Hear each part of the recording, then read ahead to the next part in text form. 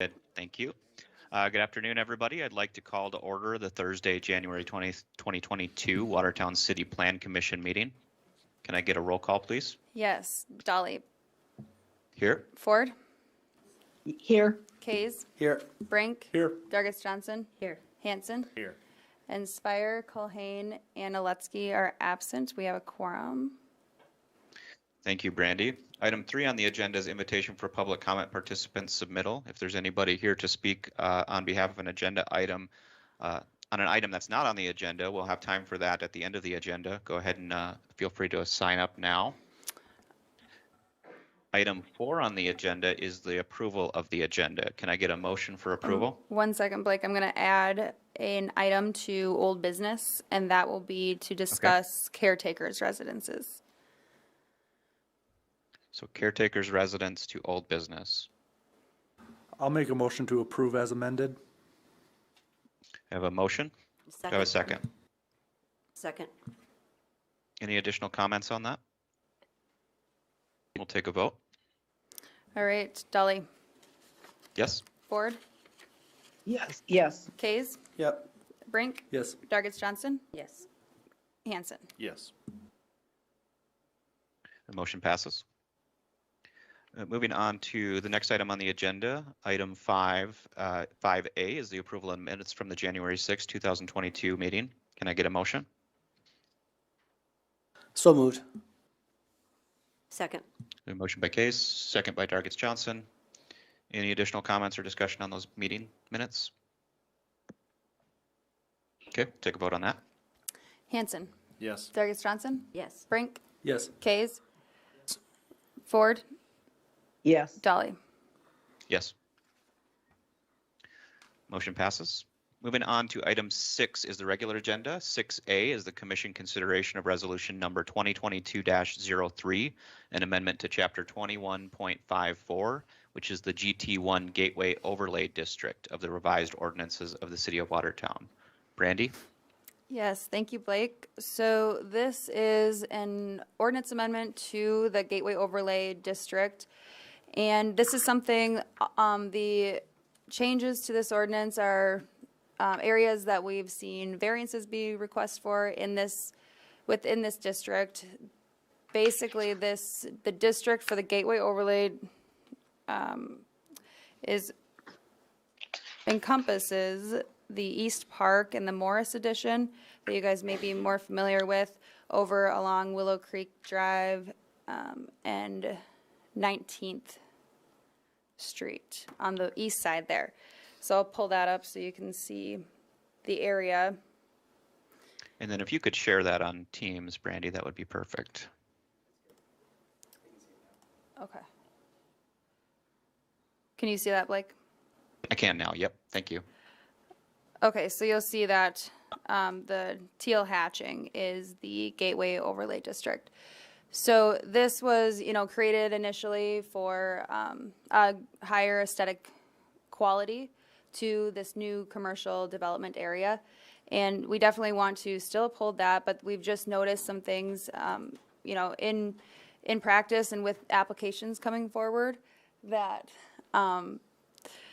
that some of these aren't working. So this amendment is just bringing those to light and hopefully making a change that will work better. And I know you guys discussed this at the last meeting and there was some feedback on the different areas. So I'll point out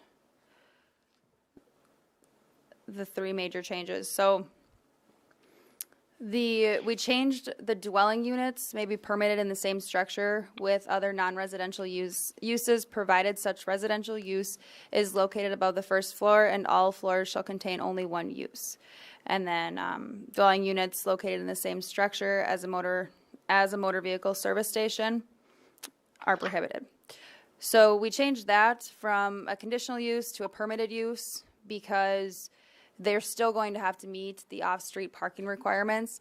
And, the times that we actually look at this type of use is in the C1 Community Commercial District, which is downtown. And that's just to make sure because the downtown district, the C1, is exempt from parking requirements for off-street parking. So we felt that was an appropriate change to make permitted because we would like to see mixed use. You know, it's a new trend and effective. So we would like to make that available, and obviously it would be reviewed at the time of building permit issuance to ensure that the parking and the fire code and all of that was being met. So then the a second part is within the setbacks, and the change here is the front yard setback is in accordance with the requirements illustrated in the following table. The percentage of front yard setback used as gross parking area shall not apply to lots that are less than 40,000 square feet. And so the idea behind this is you can see here on these charts that according to whichever street the properties are adjacent to, they can only have a certain percentage of their front yard setback for the structure used as their gross parking area for their parking lots. But when you have, you know, a lot of those lots within the district are large, so they are able to still accomplish that, and it does add an aesthetic quality to have that green space in the front and adjacent to streets. However, when you're looking at the smaller lots, it actually makes it very difficult for them or for anybody to develop those properties, because by the time you get the structure in there, you know, typically people are using their side yards and rear yards and front yards, any of their yards, for their parking. So when you get a small lot and you're only allowing them to use 15%, that really does inhibit their ability to utilize those properties. So that's the only change there. The rest is staying the same. Setback in this district? So, and they all, typically a front yard setback for commercial is 40. But in here, you can see for the lots that are adjacent to First or 29th, the structures are 20 feet. And then for 212, it's 30. And then for other streets, it's 25, which is, so they're also, you're able. Okay, I see. I misread it. I'm sorry. No problem. Okay, and then the last change is the transitional yards. And if you guys recall, we've had 2 variances within the last year or two for transitional yards. And really the idea behind it is just so you're not getting a sea of parking and you're having some green space in between properties, and that helps with, you know, drainage, and then just the separation and having the green space for aesthetics. And then that you're able to do, you know, you can put your required trees, anything within that transitional yard, and it just makes for a nicer look. And then it also has the functionality too for the water quality. But before, you know, we had all these different types of uses and then what the widths were for each lot. So when you're looking at abutting a commercial property, that would be each lot is having to give 10 feet. So that's 20 feet of separation, which is a lot of unusable space, which again, that's in usually the with the sides and the rears, then that's where people would put their parking and where it's not as important to have such aesthetics. But we still wanted to uphold that separation really between parking lots. So we have in here that transitional yards shall be 5 feet in width, and then just struck, we'll get rid of this entire chart. And then the other thing here is, because then we run into people still wanting to have some internal connection between parking lots, which can be effective, that you're not having to push traffic of somebody that might want to go to another retail or commercial property, and then they wouldn't have to be pushed out back to the street, but they could use an internal driveway. So here then we put the exception, because it says the transitional yard shall extend the entire length of each respective property boundary. And the exception is up to 2 access points between interior lot lines may be located in transitional yards and shall be limited to 40 feet in width. However, I would want to make a change to that to stay, that's why I highlighted it, to say, and each shall not exceed 26 feet in width. Because that, it's just clearer that way. So instead of, it will say and Each shall not exceed 26 feet in width. So there's 40 feet combined, but no more than 26 in a single. Well, and then actually just strike that to be limited to the 40 So I can have two at 26 feet. So what's the most shallow lot that's platted out there right now? North of Travs, what is that? It is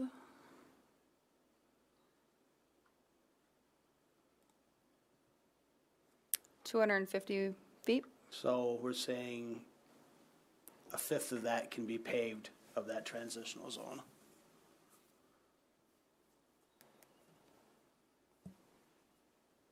Roughly. And we're thinking we need two because we want one on the back side as much as you do on the front side for transition between lots. Just for, the ones that really come to mind are like Menards and Target, so you're able to connect the parking lots on the front and on the rear. And Holiday Inn Express was a good example of when we granted the variance, because they're going to develop their second lot, so then they wanted to have that connection. I think they did some green space in between, but still, so that they would have their, just for traffic conveyance. And that's generally a best practice from a design standard, right? To encourage the conveyance of traffic within these internal lots versus sending them out to the road. Yes, and as long as it's controlled, because it's not good if you get an internal, maze where people are just, jogging between properties. They're bypassing the roads too. And Yeah. we just thought too, it would open up some options from a design standpoint in terms of, we don't know what's going to be located there, and it would have to work with both properties and the current design that they're proposing or that's existing out there. So they may not want to seek both of them. They may want to seek one of them or none at all, depending on, what their choices. So it would just offer some flexibility, but still having a limit there, so we would keep our green space as well. Mr. Chair, this is Ford with a couple questions. Yeah. I wonder where you included transitional yards shall be 5 feet in width.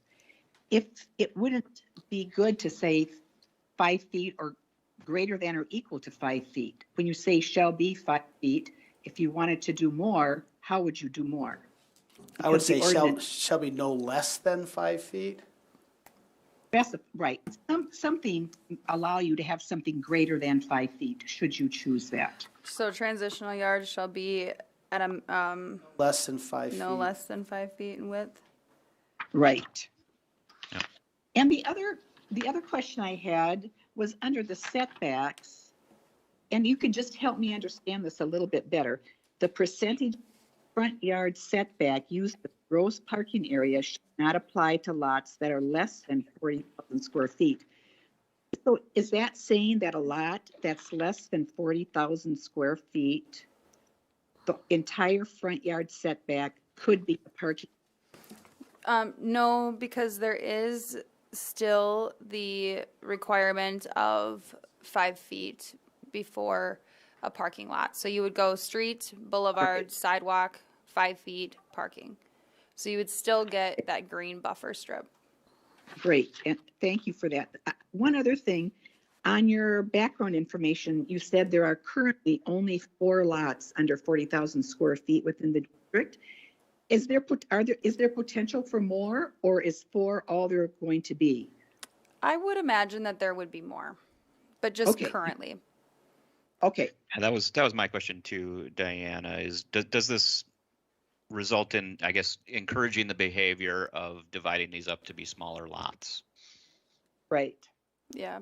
And the minimum is 30,000 square feet or 20,000 square feet for a commercial property. So if they wanted to, they could.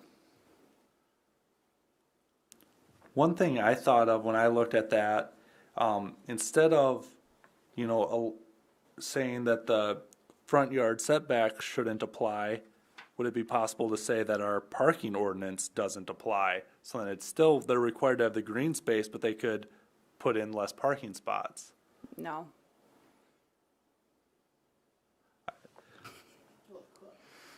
Good, I but mean, I think one thing that we all want on this board is for our town to look better, more beautiful. That's the whole point of this gateway overlay district. We have lots of other areas in town where it's just a concrete jungle, you know, and a lot of times where we go curb, and then it's back of curb sidewalk all the way to the property line, and then it's a very thin strip of grass, and then it's parking lot, so that grass is almost unnoticed, you know, and then some of those parking lots, you know, go into each other, and that's why we required in this area that we ensure that there are green spaces, and I don't want to give the developer the opportunity to just say, oh, well, we'll make the lot smaller and then we don't have to have green space. Yeah, that's one fear that I don't want to have. and there still is the requirement for the interior lot or the interior parking lot that they have to have. So they have to have a certain percentage of landscaping within the parking lot, and so they have to be a substantial size there. I think is it 5%? That's going to break up a parking lot too if it's over 7,500 square feet. But like Jeff is saying, those, 2%. a lot of times if that's just a tree platted around with some curbing around it, then they end up throwing rocks. So, I mean, it could have just well been paved. I mean, if it's too small, it doesn't, you know, you can't get grass to grow and you don't, why have a lawnmower for, you know, a zip and a zap, but. No, and Okay. they also, no matter what, they are still going to have a 5-foot transitional yard. That still applies. It's just this percentage of the parking for the front yard setback. And they also still have to have that 5-foot buffer between a parking lot starting. So like just the lot itself, I mean, percentage wise, the lot is smaller. So it's not going to have as large of impact as a large lot with a sea of concrete. It's still it's still a higher standard all around. So the transitional yards, though, is only on the side and the rear, but in relation to the front yard, the landscaping ordinance picks that up, and there's still a 5 foot of grass required, a minimum of 5 foot. Yep. And then that'll also be reinforced in the parking ordinance.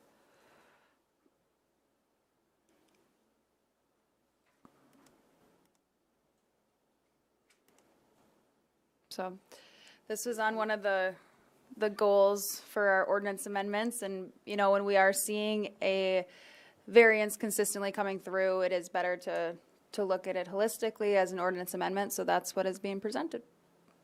So when it says the minimum width of 8 feet of grass adjacent to First Avenue and 29th, I mean, that's still an 8-foot requirement. Yep.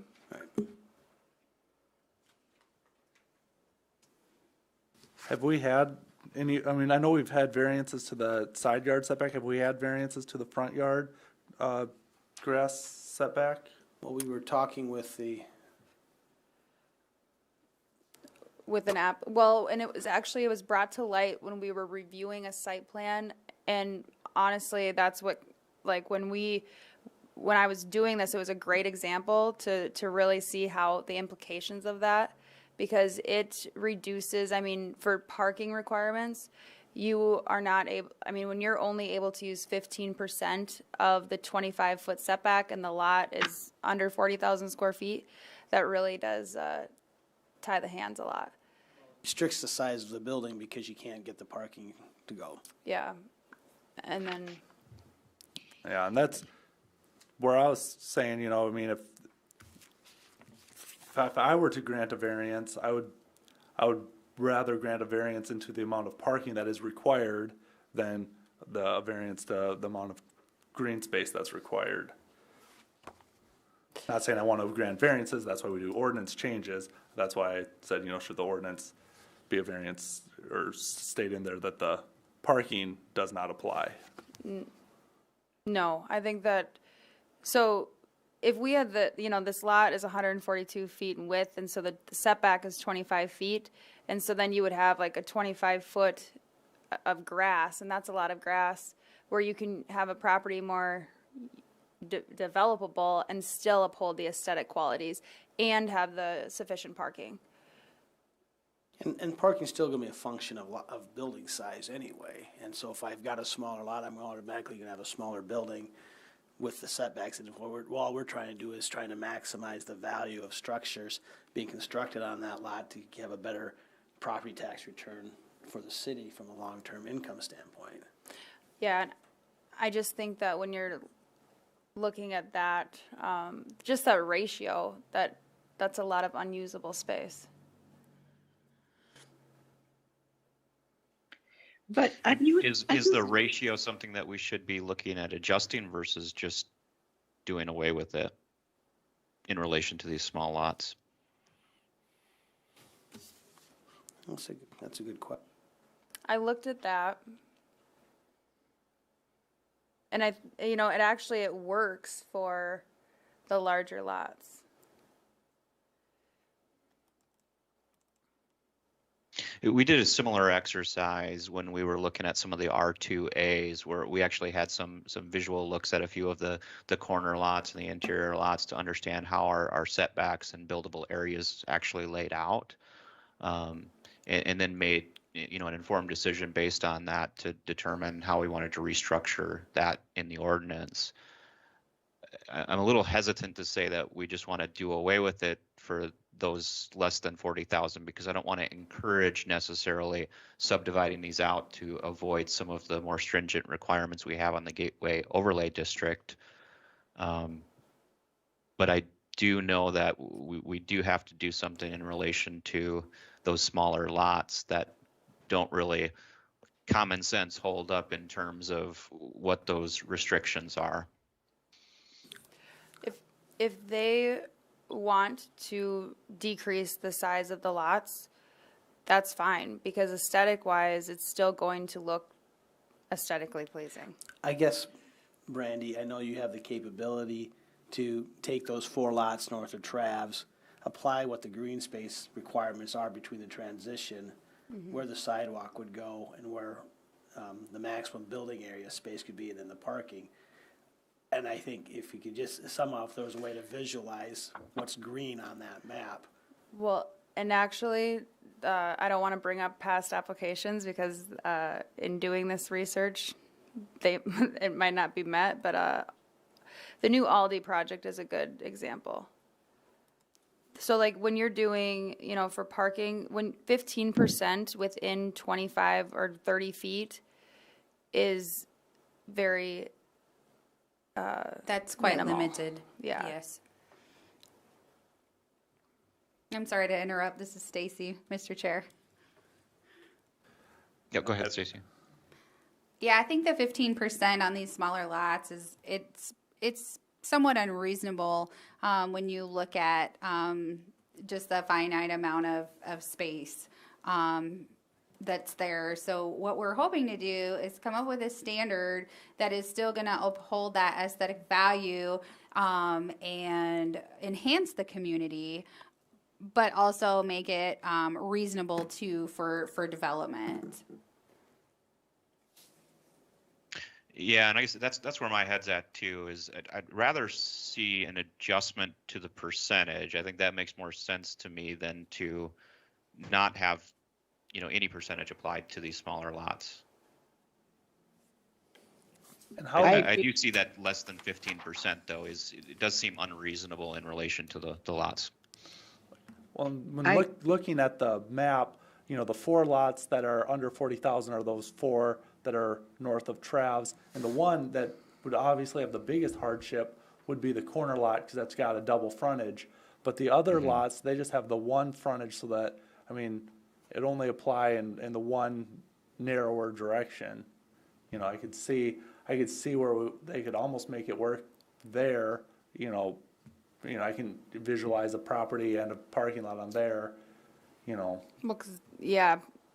because they wouldn't be able to fit any parking in there, like between that setback. Those lots are running about $300,000. You know, so you also have to take that into consideration too. I mean, if we're going to, we want to make sure that it's green, but you also want to make sure it's developable.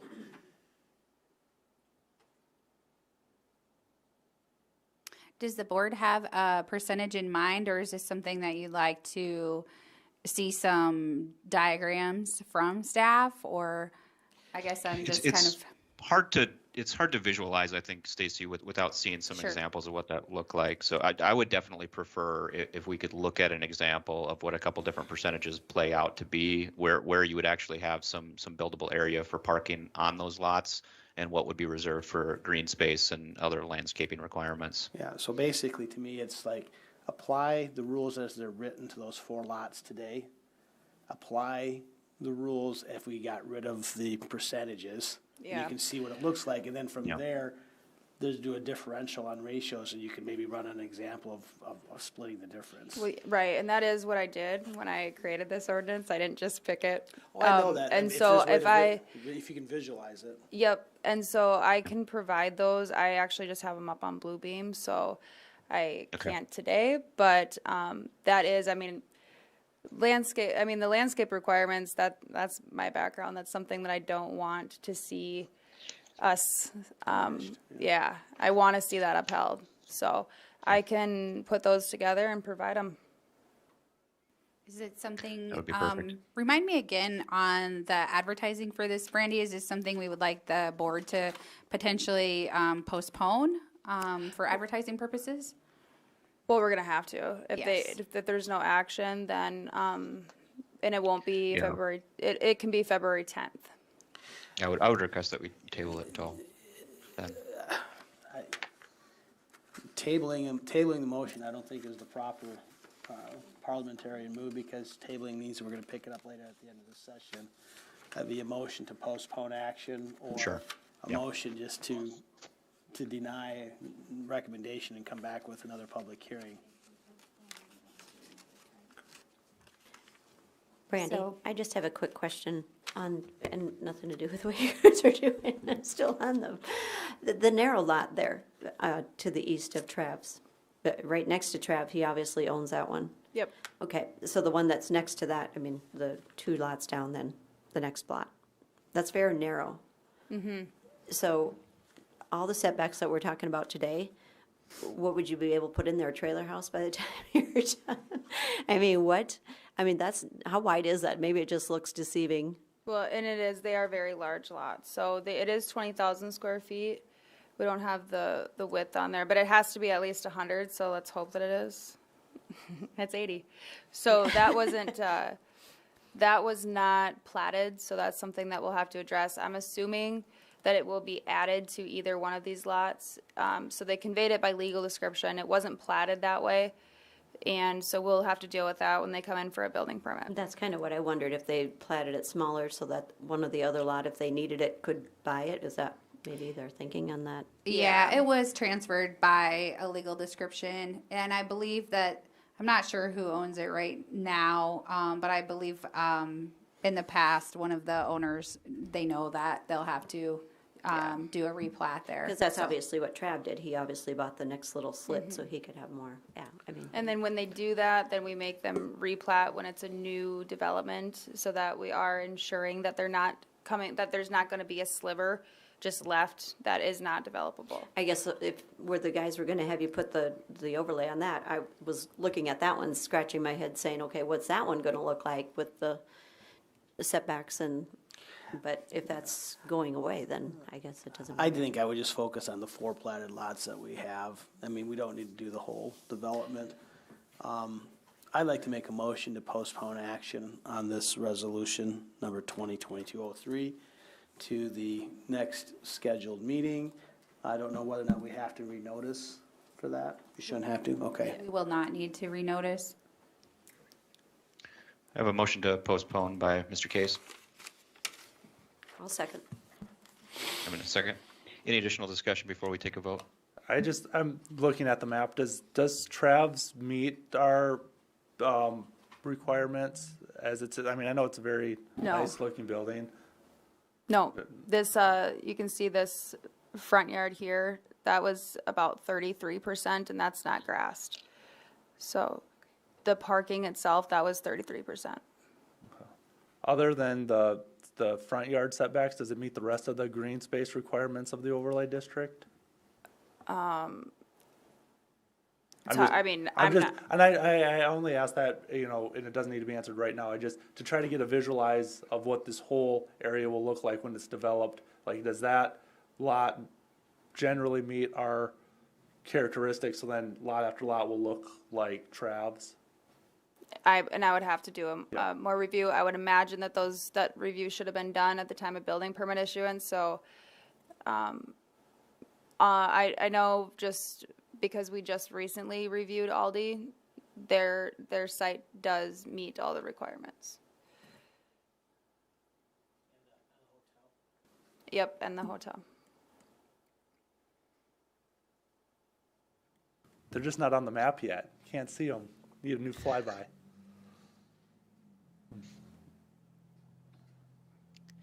Any additional comments before we take a vote on that postponement?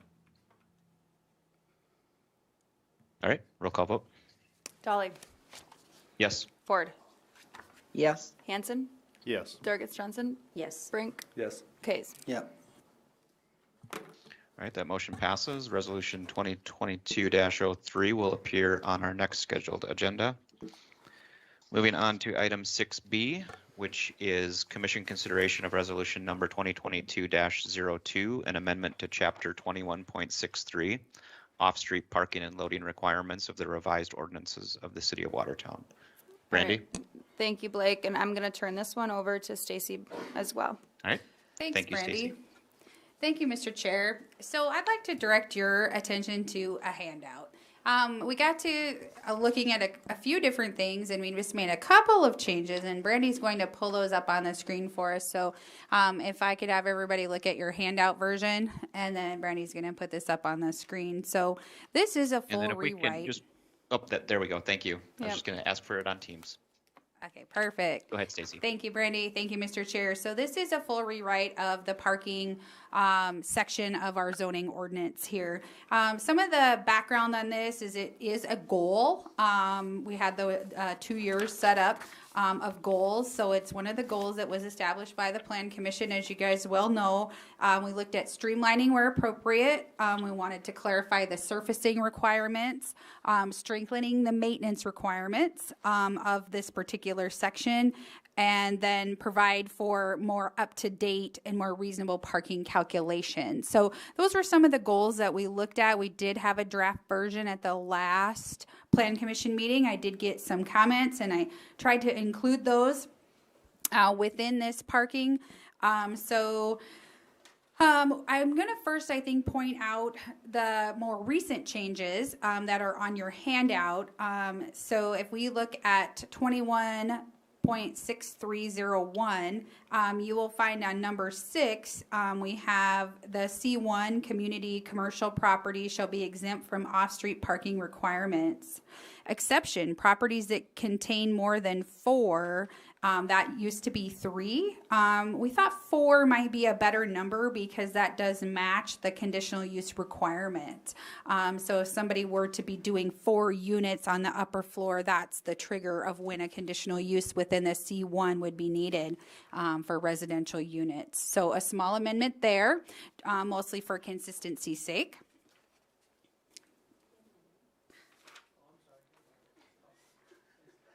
Yes, we do have some more. I'm so sorry. Does everybody have a copy? Okay.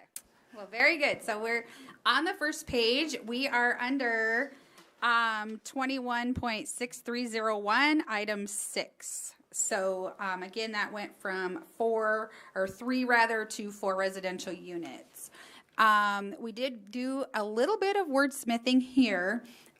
This is something that was brought up by the board as having a percentage of parking requirements for those residential uses downtown. So the new language would be exception. Properties that contain more than 4 residential units shall provide a minimum of 50% of the required parking spaces in accordance with 21.6302, which is the chart below. And then this is new language. This shall not be applicable to existing structures being converted or remodeled to include residential units.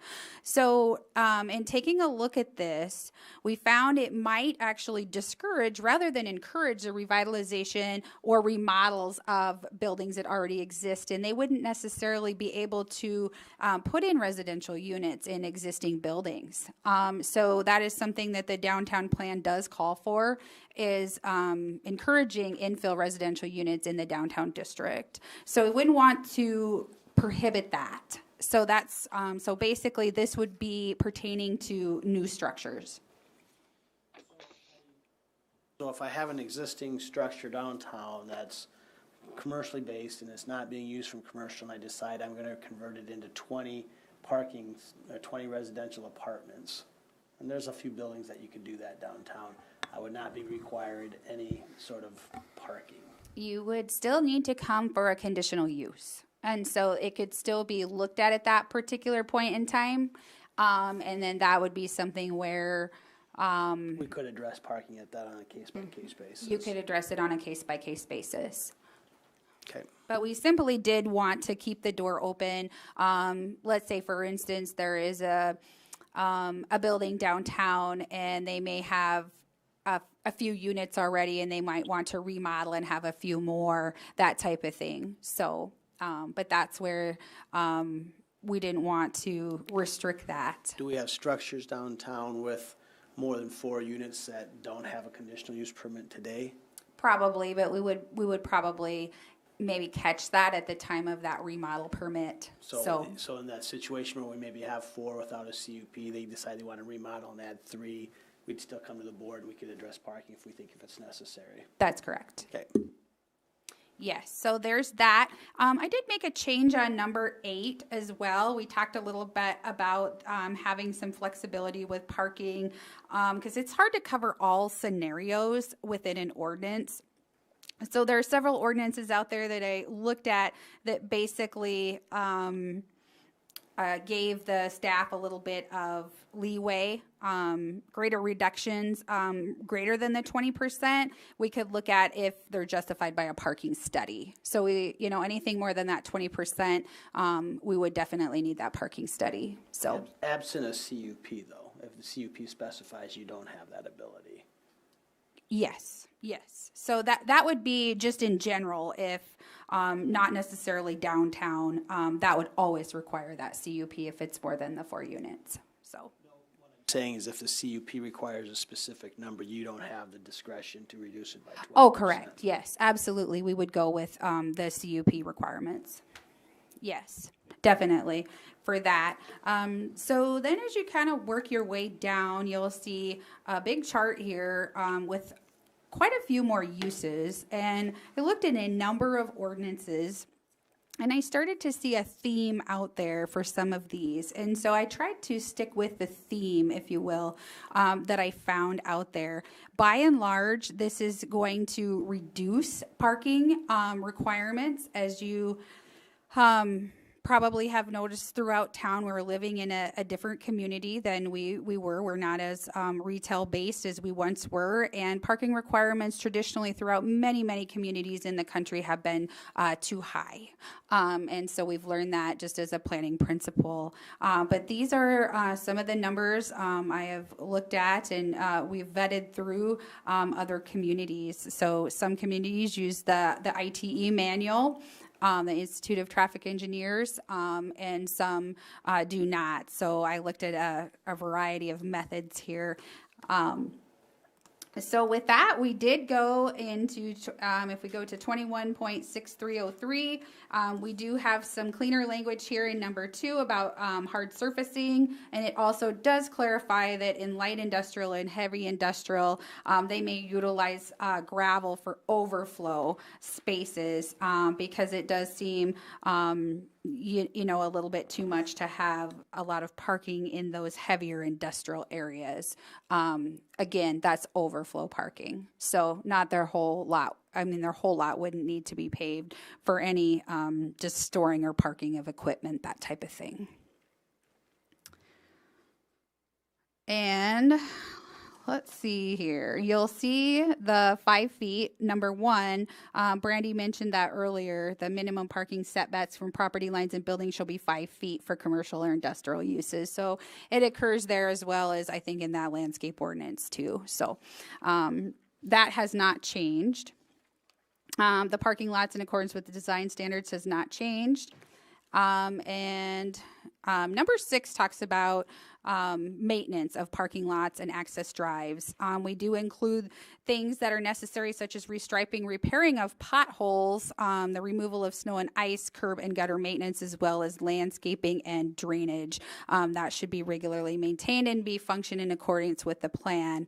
So that has a little stronger language. And number 7, we're saying that we want a 6-inch curb if we do have a parking lot that's going to be abutting a sidewalk, a street, or a right-of-way there.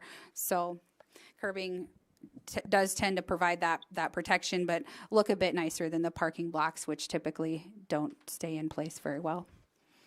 So under number 3, under 216303, when we talk about off-street parking shall be on the same site or under common ownership with the structures intended to serve.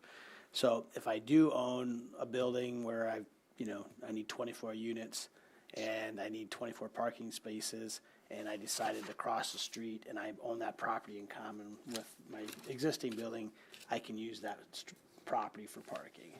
Yes. Yes, you could use that property for parking. And is that usually then put together as some sort of a development lot agreement, so they have to be transferred together? Yes, a shared parking agreement or something of that nature, yes. Thank you. You're welcome. Does treatment facility / group home, the third from the bottom, is that a typo? It says 1 per 0.33 square feet. I'll look at that, but I don't think so, because I think that is assuming that most of the residents in those facilities do not have cars. So. But that would be a lot of parking. Oh. 1 for every third of a square foot. Oh, yes. Yes. That is a typo. I'm sorry about that. And I have a question about the campground number of parking spaces, 1 per campsite. Yes. Where, when you drive through any campgrounds, there's 1 or 2 cars, there's boat trailers, jet skis, et cetera, et cetera. Is 1 parking space per campsite really adequate? I struggled with that a little bit, Diana, because most of the requirements I actually saw for that did just basically say at the discretion of community development manager, depending on kind of where it was, what it was, that kind of thing. So I kind of struggled with, with putting that in or not putting it in, that type of thing. So, that could be changed. I'm with Diane. I think that's a little light. Mm-hmm. I think of the campgrounds that have been permitted in some of the other places where I work in Hamlin County and what have you. Yes, you have a parking pad for the camper, but it usually has to accommodate a boat and a pickup and a golf cart and a jet ski trailer and all those types of things. And so whether it's a parking spot or maybe it becomes more of a function of the minimum lot area per campground space. One or the other, you have to be able to accommodate that. Sure. It could be, 2 per campsite. It could be something that we're looking at when somebody's developing the campground as well. Well, like Todd is saying, though, even if they pull up on the grass, if the space per campsite is big enough to accommodate that, then we're not hard surfacing all of that. Right. And we have you have to have 50 feet per campsite. Mm-hmm. And that's in the campground ordinance. 50 feet per campsite, I believe. 50 foot of lot width or 50? Width, yep. And then is it like a 2,000 square feet per campsite? Yeah, something like that. I'll pull it up. But we I'd do be curious to have know if that minimum in the ordinance today.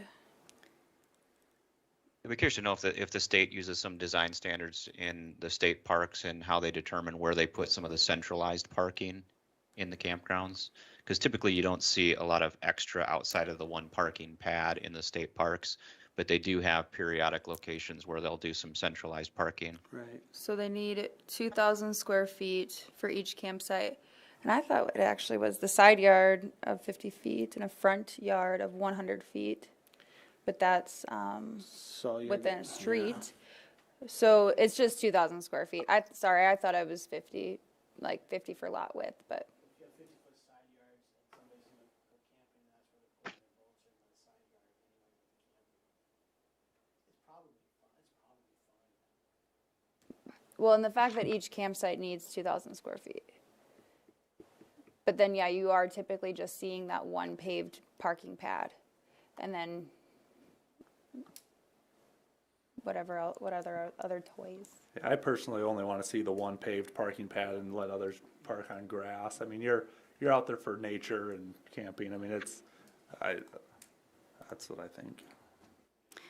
The other thing that I just wanted to point out quickly too is I struggled with this as well. If you look at the residential, communal living, sorority, fraternity, dormitory, or multifamily dwelling, originally I had one per bedroom. That's what we have now. Then I did think about adding one guest space for each 10 units. But then I got to looking at if we keep the one per bedroom, that's higher than most communities are right now. So if you're thinking about a 3-bedroom unit, then you would have, and if you have a family there or whatnot, you'd have the 3 parking spaces and you may not have, that many cars. So it kind of all balances out in the wash. So I took a look at what other communities were doing, and ours is it's pretty high with the 1 per bedroom, but I think it's working as far as I know. Yeah.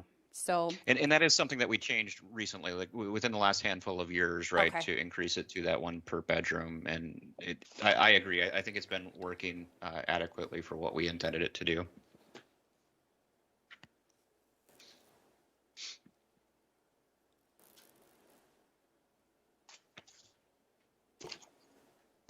And I certainly will fix that typo. I think it was, that ratio does not work for the treatment and facility group home. So it'd be 0.33 per gross floor area. So Why did you take off number 3 under the loading minimum requirements? so that's something that we were talking about. We felt like it was adequately covered in number 1. Sometimes it's difficult to put these loading docks. So we felt like with number 1, it was adequately covered because it basically says you cannot have it located on the street frontage. So we kind of felt like it was almost a bit of a duplicate. Yeah. So with the loading docks on First Avenue Northeast.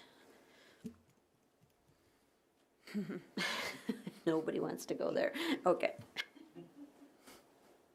Well, they would be non-conforming even under Yes, the they would be. existing ordinance. They'd be non-conforming. So you're allowed to do that until God smites them out.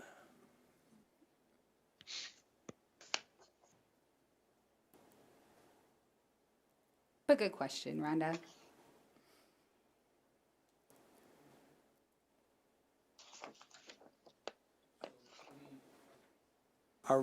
Mr. Chair, are you looking for a motion to move on this? Yes, Mr. Kays, if we can capture any of the changes that we need to make those corrections that were noted. And I think Stacy has them in this document here or in the handout. They are highlighted for what those changes would be, and then the only other one I believe is Treatment the house. treatment. Treatment Yes. facility. Yeah, that is a good catch. That would be rather embarrassing.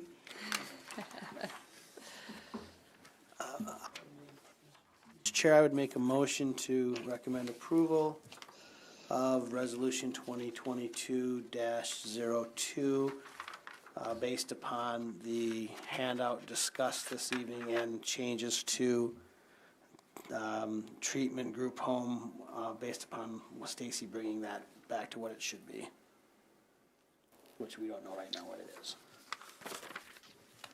I'll second that. Thank you, Mr. Kays, and thank you, Ms. Dargis Johnson. Any additional discussion on this before we take a vote? All right, we'll do a roll call vote. All right, Hanson, Yes. Dargis Johnson, Yes. Brink, Yes. Kays, Yep. Dolly, Yes? Ford. Yes. All right, that motion passes. Moving on to item 7 on the agenda is open public comment. Did we have anybody there to sign up to speak? No. Moving on to item 8, which is new business. Any new business? No. Any from the board? Moving on to item 9, old business. We have one item from Brandy, caretaker residence. Yes, thank you, Blake. So we amended the ordinance in late 2019 to change in the I-1 district. We changed caretaker's residence, which is the to allow for a single-family dwelling unit in conjunction with an industrial property. And so previously that was as a permitted use. And then so we changed that for the public safety aspect of it so that we were able to bring it forward to the board, review the application and make sure that there weren't any concerns for public safety. And just to bring that awareness forward that somebody would be living in this industrial district, we changed it to a conditional use. But what we didn't think about that we did was we completely eliminated it from the I-2. And I wanted to run that by the board to see if we're comfortable with also adding the caretaker's residence as a conditional use in the I-2. And the reason why that just happened by that action is because in the I-2, it says any permitted or permitted special use in the I-1 district is their permitted uses. So the I-1 and the I-2 are collectively the same district until somebody wants to ask for a conditional use, and then the I-2 allows for the heavier uses. So if somebody was coming forward and asking for a caretaker's residence and they were doing the same use as an I-1, it seems like that would be appropriate. The moment that it might not be and it might need to be reviewed further is that if they're doing something that is more impactful or dangerous. I personally think that regardless if I'm doing an I-1 use in an I-2 zone, I don't think that the public living in an I-2 zone, whether it's associated with an existing I-1, is probably appropriate due to the other 19 uses that you have listed underneath there. Some of those things, you don't want people living in close proximity to some of those types of uses. So even if Stacy was doing an I-1 warehousing business and living in that building, and I'm across the street tanning leather, it's not a safe environment for Stacy to be living in, even though it's an appropriate thing for her I-1 use. Does that make sense? I do understand that from a perspective of like across the street type of thing. And we were kind of looking at it more from the angle of if somebody had a larger piece of property and they wanted to have a night watchman essentially or something like that. We have all heard of, copper piping and things, a lot of equipment out there at some of these sites to have a caretaker's residence for somebody to be able to keep watch over their property. But I also do see if you did have an explosive business next door or something of that nature, I think that's where it would be weighed at the time of the conditional use. However, if the thing is a listed use in the conditional use, the preponderance of our responsibility is to issue the permit because it's generally compatible. If it's a listed use, it's generally compatible. So there is no basis really for denying a conditional use permit that conforms with the ordinance. If we don't want to see something in it as a conditional use, then we should just omit it. And so it used to be in the I-2 as a permitted use. So then when we changed it to conditional use, then it went away. That's why it's in front of the board. How many caretaker residences do we have right now in the current I-2 zone? We aren't clear because we just changed that in 2019. Are we aware of anybody on property that's zoned I-2 where there's a caretaker residence today? Do we have any idea that anybody's living in an I-2 zone? No, but in a lot of these, I-2 districts, they're large and they're on the fringe typically of town, so. Could you pull up a map so we can see the I-2 zone?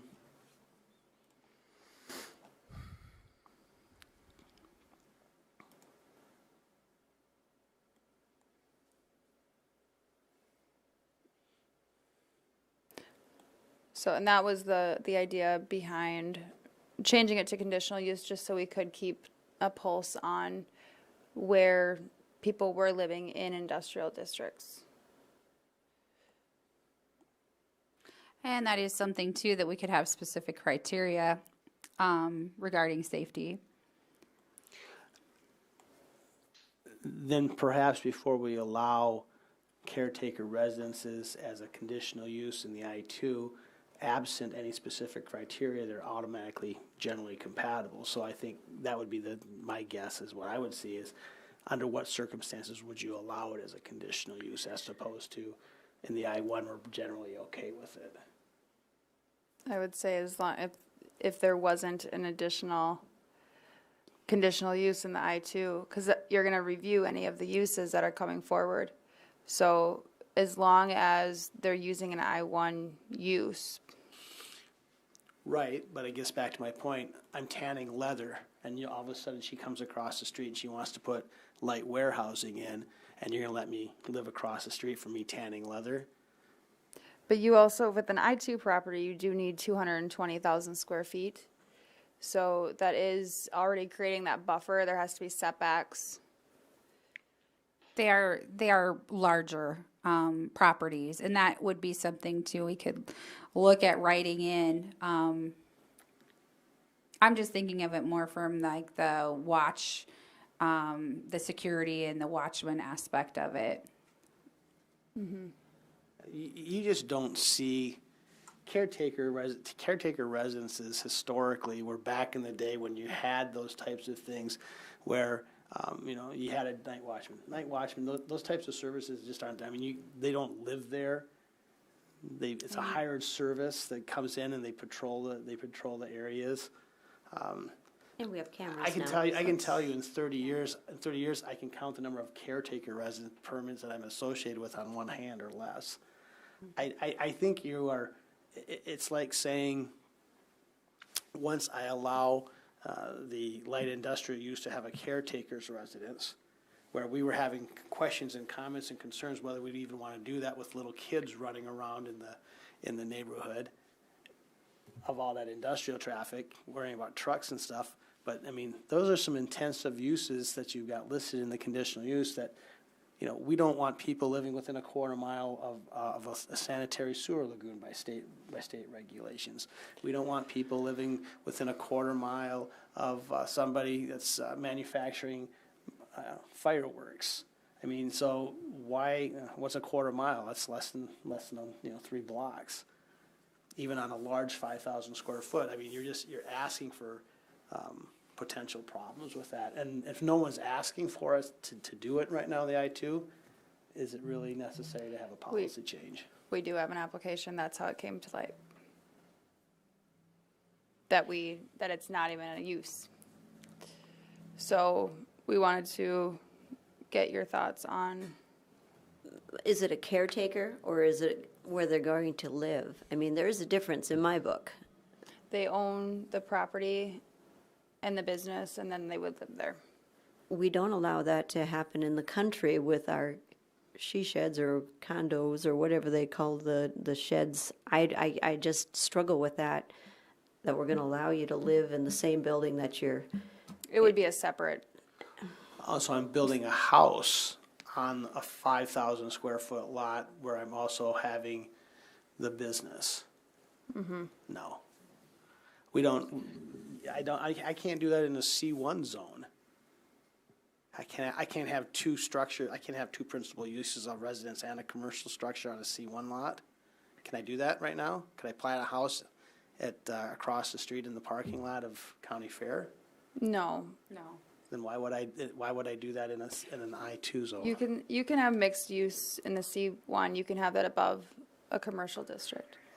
So so the caretaker's residence is something that would be in the same physical building, but have two separate primary structures on a single lot, one being industrial in nature and one being residential in nature, is contrary to most of what the existing zoning rules stipulate. I don't even think it's even allowed in your land use plan. Okay. Yeah, just something that we wanted to get the board's take on, because we didn't know if that was something that was specifically removed I'm only one from the speaking. I2, or if it wasn't meant to be specifically removed. We just wanted, it was allowed, and then there was an amendment, and then, so we just wanted to get the board's interpretation on that, so. I'm in agreement with Todd. I generally wouldn't want to see it in the I2 heavy industrial district at all. I'm in agreement with Todd also, Todd and Blake. I would be very uncomfortable with that. This is Ford. Yeah, I'm in the same boat. I just can't speak as well as Todd can. Sounds good. That is all we needed for the old business. So thank you for your input. Thanks, everybody. Moving on to item 10 on the agenda, is there any reason for executive session? No. All right, then we'll move on to item 11, and I will adjourn us. I appreciate it, everybody. Thank you, and have a good night. Thank you. Thank you. Good night.